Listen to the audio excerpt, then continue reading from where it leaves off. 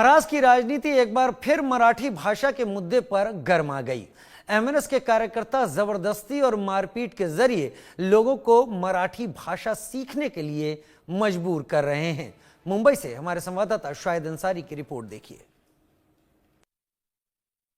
मराठी भाषा को लेकर राज ठाकरे यानी मनसे के कार्यकर्ता कई जगहों पर जबरदस्ती और जोर जबरदस्ती नहीं सिर्फ मारपीट के भी लोगों को मराठी भाषा सीखने पर जोर दे रहे हैं और वो ये कह रहे हैं कि महाराष्ट्र में रहना है तो मराठी भाषा सीखना होगा। इस वक्त हम दक्षिण मुंबई में भिंडी बाजार इलाके में मौजूद हैं और आपको मैं बता दूं कि यहाँ बड़ी तादाद है जो उत्तर प्रदेश और बिहार से संबंध रखते हैं। वो लोग इस इलाके में बड़े ही आराम से बिना मराठी बोले रोजी रोटी अपनी कमा रहे हैं। हमारे साथ इसी इलाके के लोग मौजूद हैं, इनसे बात करेंगे। मराठी भाषा को लेकर आप क्या कहना चाहेंगे कि राज ठाकरे के जरिए या उनके कार्यकर्ताओं के जरिए जो गुंडागर्दी का रास्ता अपनाया गया है किस हद तक सही है? देखिए, जहाँ तक मैं समझता हूँ कि ये सही नहीं है।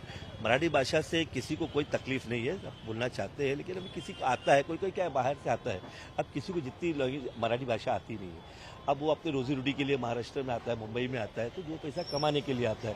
अब आप जबरदस्ती उसको बोलोगे कि आप मराठी भाषा बोले, तो ये गलत तरीका है। अब ये चीज़ तुम अच्छे से समझा के बोलो, या तो उसको समझाओ कि मैं थोड़ा बहुत आदमी बोलना चालू करेगा मराठी भाषा, तो आदमी बोल सकता है, उसको मराठी सीख जाएगा, थोड़े दिन के तो बोलना जाएगा। अब जैसा नई जनरेशन आने वाली है तो ज़्यादातर तो पढ़ी लिखी है, मराठी सब बोला जाने की वो।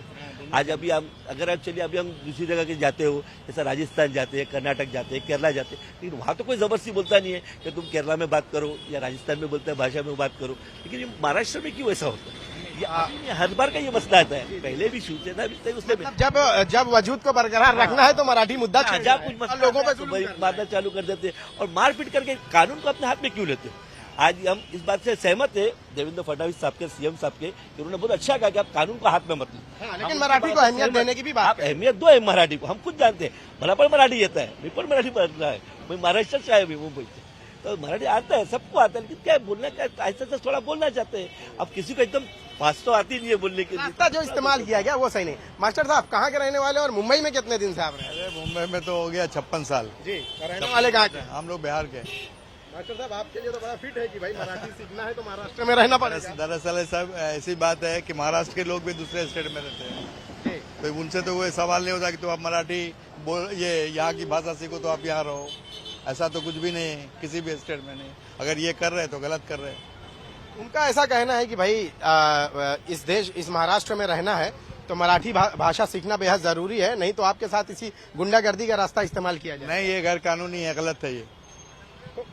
आपको नहीं लगता है कि अपनी सियासत को चमकाने के लिए ये रास्ता? बिल्कुल बिल्कुल बिल्कुल, जो इनकी सियासत खत्म हो गई उसके लिए दोबारा सियासत में आने के लिए कोशिश कर रहे हैं लोग। मास्टर साहब आप बिहार के रहने वाले हैं, आपको कभी दिक्कत हुई है इस इलाके में बिना मराठी को? कोई नहीं, कोई दिक्कत नहीं।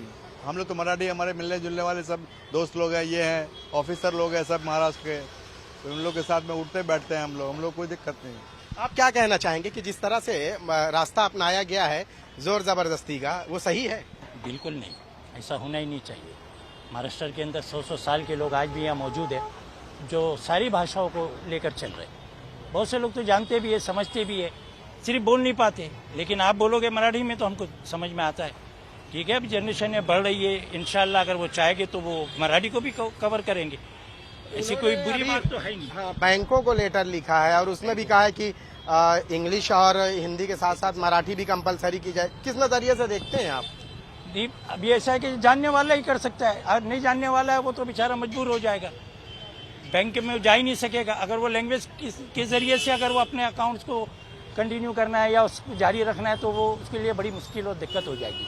हाँ, उसको सीखना चाहिए और वो अपने तरीके से इस महाराष्ट्र के रूल को अपनाने की कोशिश करेंगे। हम महाराष्ट्रियन हैं, हम ही मुंबई करें, इसमें कोई दो राय तो है नहीं। लंबे समय से यूपी बिहार वाले जो यहाँ हैं आपके इस एरिया में तो बहुत ज्यादा, मतलब कि उनकी तादाद बहुत ज्यादा है, आपसे भी कितने कम्युनिकेशन होता है, तो आप क्या लगता है कि भाषा नहीं सीखेंगे तो उनकी रोजी रोटी गुजर बसर नहीं होगा? ऐसा तो कुछ नहीं है, भाषा सीखने नहीं सीखने से उनकी रोजी रोटी जाएगी नहीं। लेकिन ये है कि चलो अगर सीख लिया तो अच्छी बात है कि आगे उसके आगे फ्यूचर में तकलीफ नहीं हो पाएगी, क्योंकि ज़्यादातर अभी जैसा कि जैसा माहौल चल रहा है राजनीति के हिसाब से, जैसा माहौल चल रहा है कि वो प्रेशर दिए जा रहे हैं, पर ये जहाँ तक मेरे हिसाब से तो जाएगा तो बहुत गलत ये तरीका, इस तरह से इस्तेमाल नहीं करना चाहिए तरीका। राज ठाकरे के जरिए मराठी भाषा को लेकर जो जोर जबरदस्ती की जा रही है, किस नजरिए से आप देखते हैं? मास्टर साहब एक बात बताइए कि आप इतने बिहार के बाद इतने दिनों तक मुंबई में आप रहे, आपके मिलने जुलने वालों में तो मराठी भाषी रहते हो, कभी किसी ने आपको जोर जबरदस्ती नहीं, कभी नहीं, मतलब ये कभी ऐसा नहीं हुआ है। अभी आने वाली नई पीढ़ी है, नई पीढ़ी में आप कंपलसरी स्कूल के अंदर में आप ये करो, कंपलसरी मराठी आप सीखो या पढ़ो। मराठी भाषा को लेकर राज ठाकरे का जो रवैया है या उनके कार्यकर्ताओं का, किस नजरिए से देखते हैं? देखो, ये हिंदुस्तान डेमोक्रेसी कंट्री है, यहाँ पर नफरत का जवाब मोहब्बत से दिया जाता है। ये जो जुल्म और जबरदस्ती मराठी बुलवाई जा रही है गलत है। इसका दूसरा ऑप्शन रखना चाहिए, इनको फ्री मराठी क्लास शुरू करना चाहिए ताकि लोग ज्यादा से ज्यादा मराठी सीखे।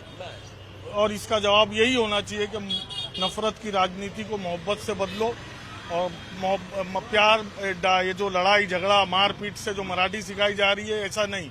इनको फ्री मराठी कोचिंग क्लास जगह जगह हुकूमत शुरू करे ताकि तमाम लोग मराठी सीखें। आपको नहीं लगता कि जब भी किसी सियासी पार्टी को जो है सियासत में अपने वजूद को बरकरार रखने की बात आती है, उत्तर भारतीयों को निशाना बनाना बहुत आसान हो गया है? बिल्कुल सही बात है। ये तो मतलब एक वो हो गया कि उत्तर भारतीयों के साथ साथ मुसलमानों को भी निशाना बनाया जाता है।